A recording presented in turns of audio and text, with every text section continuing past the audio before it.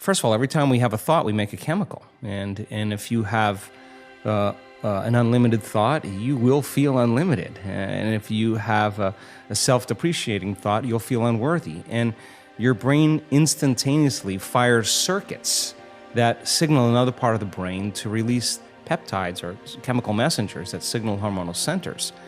And when we get that arousal from the thought that we think, those thoughts sometimes weaken, the response weakens the physical body. So it turns out that the emotions that are created from the thoughts are the signaling mechanisms of the body. Thoughts are the language of the brain, and feelings are the language of the body. And how we think and how we feel creates our state of being.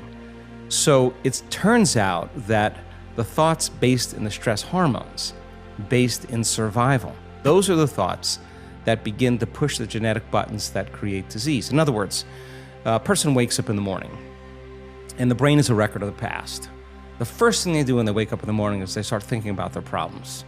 And those problems are memories that are etched in the brain that are connected to certain people, certain objects, certain things at certain times and places. So if you believe that your thoughts have something to do with your destiny, the moment you think about your problems, you're thinking in the past, right? Mm-hmm. Now, every one of those problems has an emotion associated with them because we've experienced them. So the moment you remember your problems, now you feel unhappy, now you feel anxious, now you feel fear. So the moment we feel those emotions, it takes a thought and a feeling, a memory or an image and an emotion, a stimulus and a response, and we start conditioning the body emotionally into the past. Now, the body is so objective that it doesn't know the difference between the real-life experience that's creating that emotion and the emotion that person's fabricating by thought alone. The body's believing it's in that environmental condition. So if the environment signals the gene, and that's the truth, and the end product of an experience in the environment is an emotion, we're signaling the same genes, and genes make proteins. And if you keep signaling the same genes, you start down-regulating the gene to make cheaper proteins, and the body begins to break down. Now, that's an unconscious process. So what goes along with that is the moment the person feels that emotion of unhappiness or whatever it is, the brain checks in with the body and says, yeah, you're feeling pretty miserable, you're suffering, and we tend to generate more thoughts equal to the feeling that we have. And so then we get caught in this loop of thinking and feeling. So if we can't think greater than how we feel, or our feelings have become the means of thinking, then we're thinking in the past, right? And so we call that the familiar past. And then a person gets going in the day and they start thinking, oh, I got to see this person, I got to go to that meeting, I hate doing this, and now they get in their routine. And a habit is a redundant set of automatic, unconscious thoughts, behaviors, and emotions that's acquired through repetition. A habit is when you've done something so many times that the body now knows how to do it better than the mind. So now the person running through the same routine every single day is on autopilot, and their body's now dragging them into a predictable future based on what they did in the past, and they've lost their free will to a set of programs, right? So now you have the familiar past and you have the predictable future. Those are knowns. So the only place then, reasonably, where the unknown exists is the sweet spot of the generous present moment. That is when the body and mind are free from those conditions. So along with those emotions that influence the same thoughts, people start becoming more judgmental. They start becoming more impatient. They start becoming more entitled. They start getting more afraid, more anxious, more depressed. And now the body is literally being depleted of energy because it's believing that it's living in an emergency situation. And in emergency, you tap all of the body's resources for some threat, whether it's real or imagined. And so then when you're releasing all of these chemicals, we are literally drawing the body's life force and turning it into chemistry. And so for the short term, that's cool. But the arousal that's created from those stress hormones is a rush of energy.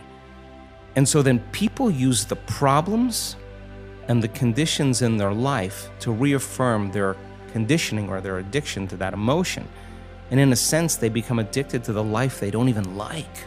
And this is why change is so hard. So then when a person makes up their mind to change and they say, okay, I'm not going to say I can't, I'm not going to judge another person, I'm not going to blame, I'm not going to complain, I'm not going to make excuses, I'm not going to be a victim, I'm not going to talk trash about anybody, I'm just going to stop. Well, that works out really well for the first couple hours. Then the body's saying you're out of schedule. You normally at 8 in the morning, you're getting traffic and you're angry. Then at 11 o'clock, you check your emails and you're really judgmental and frustrated. The body's saying, oh, well, you've been doing this for the last 20 years. You're just going to stop today. So now the body, which has been conditioned emotionally to be the mind, wants to return back to its familiar territory, to the known. So the body starts influencing the mind. And it says, come on, this is a good time to judge. Come on, this is a good time to suffer. It's your ex's fault. It's the government's fault. It's it's the weather, the news, whatever it is. And if we accept, believe, and surrender to that thought without analyzing it, it slips by and it begins to program the autonomic nervous system to make those pharmacy of chemicals. And so that's when the person makes the same choice, does the same thing, creates the same experience just for that familiar feeling. Okay, I'll complain just so I can feel suffering. Then they'd rather be unhappy than step into the unknown, to step into possibility. And the hardest part about that process, first of all, is not making the same choices you did the day before. And here's the payoff. You got to stay conscious and not go unconscious. And it turns out that 95% of the time we're unconscious. So if you're going to stay conscious, then there's an element that also requires a certain amount of awareness or energy.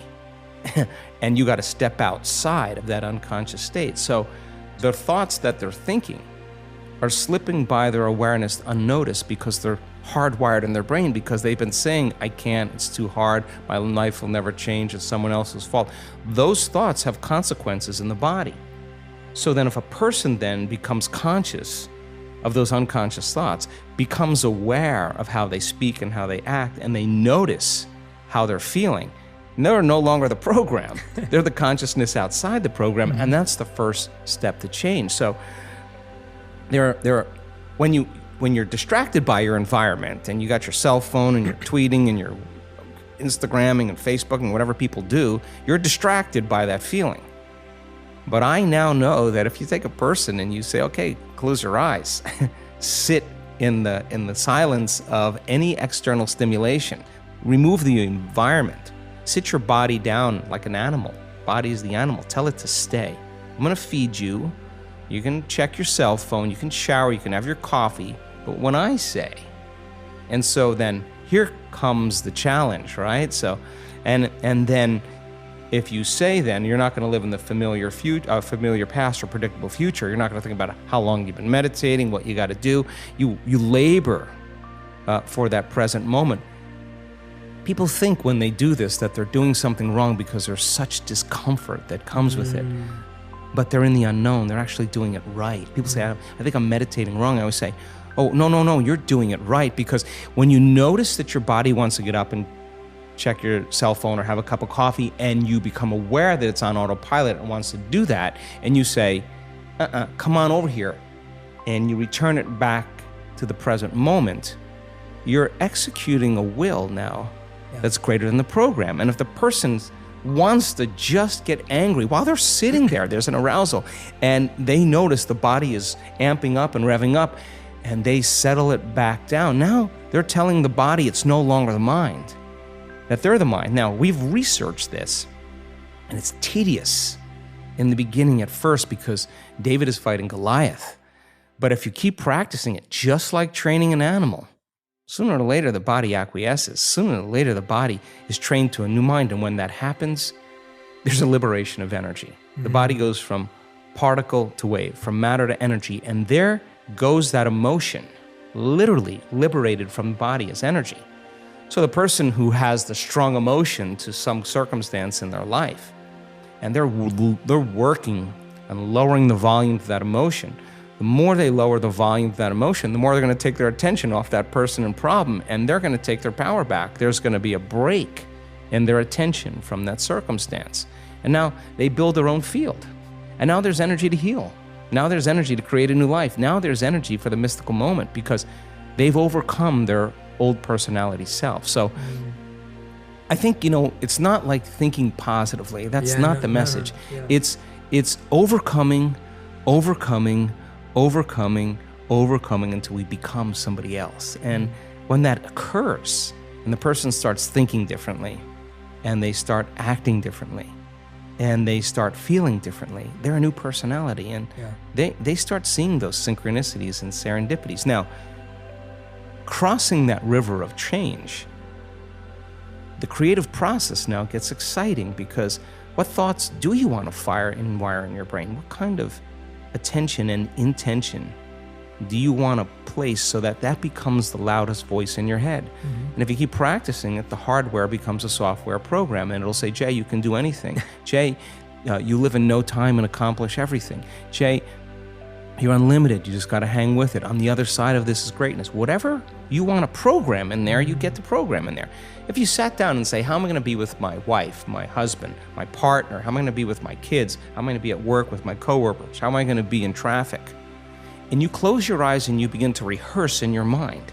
If you're truly present, the brain does not know the difference between the real life experience and what you're imagining. So now the brain goes from a record of the past to a map to the future. Now you're installing the hardware. Keep practicing it. It becomes automatic, it becomes easier. Now it's a software program. You may just start behaving differently. And then if you said, well, listen, I'm not going to wait for my healing to feel gratitude. I'm not going to wait for my new relationship to feel love.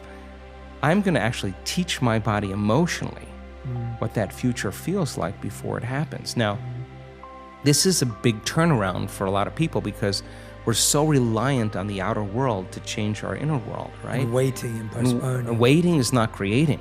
Period. And when people they could have the greatest intentions in the world, but if they don't combine that with an elevated emotion, there's no signal, because the elevated emotion is the carrier, it's the energy that carries the thought. So then when we're in separation, in lack, waiting for our wealth to feel abundance, we're basically living our whole life in pain, right?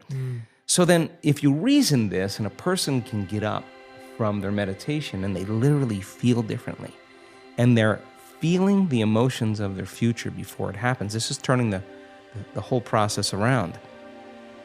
They can't be looking for it. Why would they be looking for it if they felt like it already happened? Now there's no separation. Now this is when those serendipities and coincidences and opportunities begin to show up in people's lives. So it's work, but then when they start seeing the experience in their life, all of a sudden they start believing they're more of the creator of their life and less of the victim of their life. Yes, absolutely. So many parts of that I want to unpack with you, but what a beautiful answer to, our reflection on the last 12 months and what we're creating for ourselves. There were parts of it that I wanted to comment on.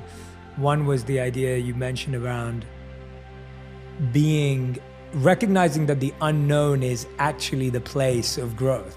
Yeah. And I think there's so much beauty in that. What you were saying about meditation, I remember always being trained that we think that getting distracted is taking us away from meditation, when actually the awareness that you are distracted is meditation. Right. The problem is the thought that comes after, like, I can't meditate, it's too hard. No, on the other side of that thought is your healing. Yeah. So I say to people when they come to our workshops, I'm going to take you way further than where you normally stop.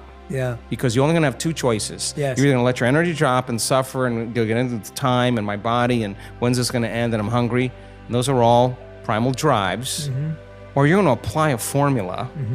And in the unknown, you learn how to be comfortable in the unknown. And when people, this is so funny because you stretch a person outside of the known and it's not scary. Nothing happened to them. And all of a sudden, they relax more into the present moment. They're not thinking about what's going to happen tomorrow. They're not going to think about what happened yesterday.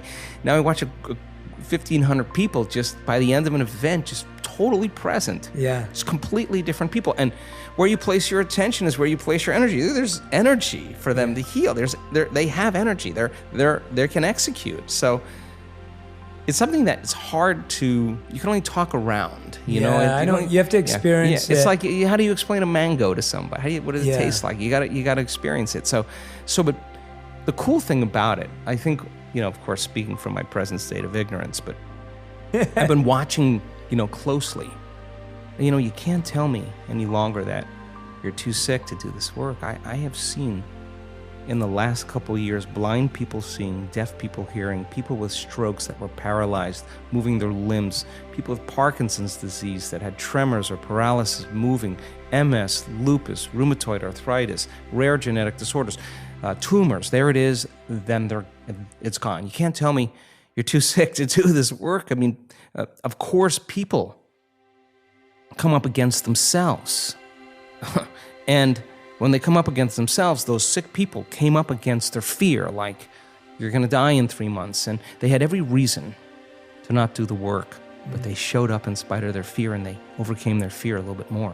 There were people that had self-doubt, and their condition was getting worse, and their family was worried about them. They could have doubted and said, I give up, but they showed up for themselves again, and they overcame their doubt a little bit more. There were days that they were really feeling sick, and their body was really failing, and they could have said, I'm too sick to do this meditation. They did it sometimes 2 or 3 times a day because nothing else was working. Yeah. And they overcame their body. They could have said, I don't have enough time. I got kids, I got obligations, I got a job. They made the time to do it, and that was the overcoming process. You can't tell me that you're too out of shape. You can't tell me, you're too old. We have elders in this work. I can show you brain scans that are so elegant and so beautiful, and the arousal that they're having is ecstasy. It's coherence in the brain. So you can't even tell me that you never meditated before, because husbands who get dragged to our events by wives who are sitting there going, who is this guy? And they're listening to the science and it makes sense, and comes down to the practical. They're just saying, I don't know just tell me what to do. They follow the exact formula. Someone who's been meditating for 40 years, doing the same thing, that's the one that has to get out of that same habit. Not to say that that's a bad thing, but when it comes time to connecting, right? I fully agree with you. I mean, I talk about this. I've been fortunate enough to meditate consistently for about 16 years now. And I started when I was 18 years old, and it's been part of my daily practice. But I realized probably halfway into that, which was too late. Like, I wish I realized it earlier, but it probably took me 8 years to realize I shouldn't have ever been trying to recreate the last meditation. Yeah. Right? Like, you get into that habit with any good habit. Yeah. You get into the habit of like, I want to meditate like I did yesterday. I want to do this like I did yesterday. I want the workout that I had last week. I want the body that I had last year. And we do that to ourselves, and that actually traps us from a new, fresh, incredible experience. Turns out that repetition and predictability are impossible in the quantum. If you're truly evolving the experience should be an extension of the last one, right? Totally. So I always just go at it a different way if I could. I always just try to mix it up, right? It's usually better that way. But tell us about how do we, you mentioned something before, which was around, as soon as you're thinking about your problems, you're thinking about the past, right? How do you think about a problem effectively? Let's talk about that, because I feel everyone feels their life is full of problems. How do you process a problem productively, effectively through thoughts? Yes, great question again. I think we're all faced with great opportunities brilliantly disguised as impossible situations. And in order, like for me personally, and after looking through your book and reading a good portion of it, I mean, for me, there's no school of ancient wisdom that you need to go to be initiated. Your life is your initiation if you're paying attention. So we meet challenges in our life from a certain level of mind, right? A certain level of consciousness or unconsciousness. And even Einstein said we have to go to a greater level of consciousness than the consciousness that's created the problem. Well, what is consciousness? Consciousness is awareness. And awareness means possibilities that you haven't thought of before. So we confront problems or challenges in our life. And as a side note, I was having breakfast with a researcher just last week who's studying what happens when we perceive and condition in our environment as a problem, how it weakens the organism. They're measuring this. And when a person sees it as a challenge, how they draw energy, they raise the energy of their body back into order. So if we said, I want to be wealthy or I want to be healthy, well, what you want to be that because you're not it. So the initiation of going from not it here to it here, you're going to have to climb some steps, and there's going to be some blind spots. So you try it out and it doesn't work.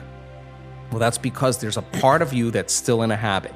There's part of you that's still unconscious. Okay, so what is it about myself in that circumstance that I am feeling about that circumstance, and that feeling is causing me to think about it? So you say, oh, it's impossible, they'll never change.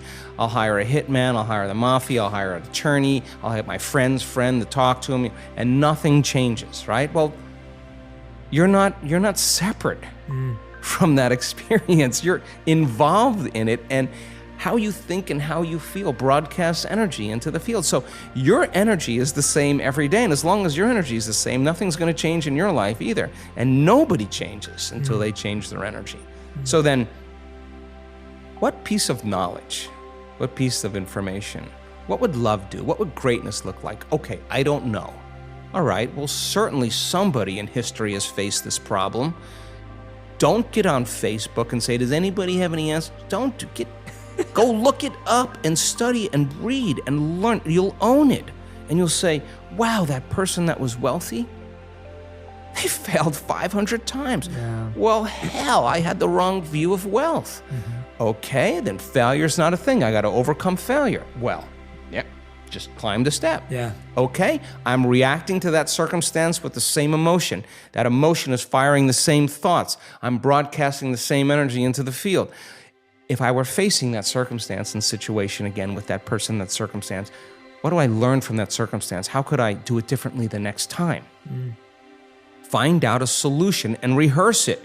Install the circuitry so when you get in the circumstance, you're not going to respond in an automatic habituation. Yeah. Now you're at a greater level of consciousness. Now you're looking at possibilities that you weren't looking at before because you were unconscious. Now, that process of trial and error is so important in the spiritual path. How many times do we have to forget before we remember? Oh, God. And then we remember and we forget again. And it takes constantly remembering until we stop forgetting. And when we get to that point, now we're conscious. Now there's wisdom. And wisdom is the memory of the experience without the emotional charge. Now you're ready for the new adventure. So then people draw conclusions and say, oh, it's that person that ripped me off. It's that person that what? Now you don't create your reality? Oh, you only create your reality when things are good. No, well, somehow you got to tango through this. Somehow your objectivity in not reacting emotionally is going to change the energy of how you address this situation. So then we keep going in introspection. At the end of the day, if you really wanted to be wealthy, say, how did I do today? Did I make the right choices? Was I ethical? Was I purpose-driven? Was I interested in making a difference? Was I fair? Was I tempered? Did I really think before I spoke? What did I remember reading about that book, about that person that did it? How'd I do? And if you said, when did I fall from grace? When did I lose it? Okay, I want that opportunity again. I want another shot at that. And I'm going in this way. What would love do in this situation? What would greatness do? And now you evolve your experience, and somehow there's a door, there's an opening, something shifts, something changes. And now, here we go, we climb another ladder, and then all of a sudden, there's another challenge. And then people who finally arrive at their abundance, they could care less if they're abundant. They're already knowing that they've earned the right for it. So there's sometimes a shortcut in the process if we really learn and we really get it. But the trial and error is so important because not only is the person earning the right to be wealthy, but they're earning the right to live in worthiness, worthy to receive. Like, hey, people come to our work all the time for a lot of reasons, and one of the common reasons is they want to get healthy. Yeah. And because they're dealing with a very serious health condition. And I always say the same thing to them. Stop wanting to be healthy. Learn the formula on how to get healthy. Learn the formula on how to heal, and the healing will be the side effect of it. If you're obsessing about why am I not healed, you're still the old person. You're going to become that person every day, right? Yeah. Turns out that when you sit down and the people that we interview that have had significant changes, when it's no longer about their health, but they are out of the bleachers and they're on the playing field, and they are coming up against the belief. Like one lady said, God, I always thought that this work really worked, that these concepts are the truth, but I never believed it worked for me. And I was in a car accident, I'm in a wheelchair. And then she made the decision that she was going to overcome that belief. Now, it was no longer about her healing. It was about overcoming the belief. Yeah. But she overcame the belief. And it showed up every day for herself. When you believe in yourself, you believe in possibilities. When you believe in possibilities, you got to believe in yourself. You don't show up for yourself. You don't believe in it. Yeah. And that's why people don't do the work. I mean, if you believe that your thoughts created reality, you would show up every day and create. And so a lot of people believe in their past more than they believe in their future. A lot of people fall in love or more in love with their past, or romance their past instead of romance their future or love their future. It's that simple. So the initiation process of life is always going to be there. You're always going to be challenged. If you want to be a master, well, then you better learn how to heal someone else, and you're going to fail a lot of times. And if you think that you're a failure, then you'll quit. But if you feel like you just didn't quite ding it yet, and you show up again to just ding it, and you keep evolving your experience and go deeper, how much more can I open my heart? How much more can I surrender into this infinite field? How much more can I become? Can I walk as it with my eyes open? People do meditations, and they have great meditations, me included. And then you get up, you open your eyes, and you're back in the program. And people want to know why they haven't healed. And we have testimonies of people, they're speaking the truth. They said, my MS, my rheumatoid, and my lupus never went away. And I had great meditations. I felt better. And then I realized with my eyes open, I was still that person. And now, next level. They're in the game, they're catching themselves, they're catching how they speak, they're watching how they think. They're not letting their body fall in the same emotional state to put them in the same past experience that the body's believing in. Now, this is the great part, and when a person finally breaks through from the chains, and there's a different consciousness, a freedom that happens, they look back at their past. They want to change one thing in their past because it brought them to that present moment. That's the past no longer existing. That's the freedom. So is it worth the effort? Yeah. It's no longer about healing. It's no longer about abundance. It's about who you're becoming, right? Yeah. That's what it's about, right? Yeah.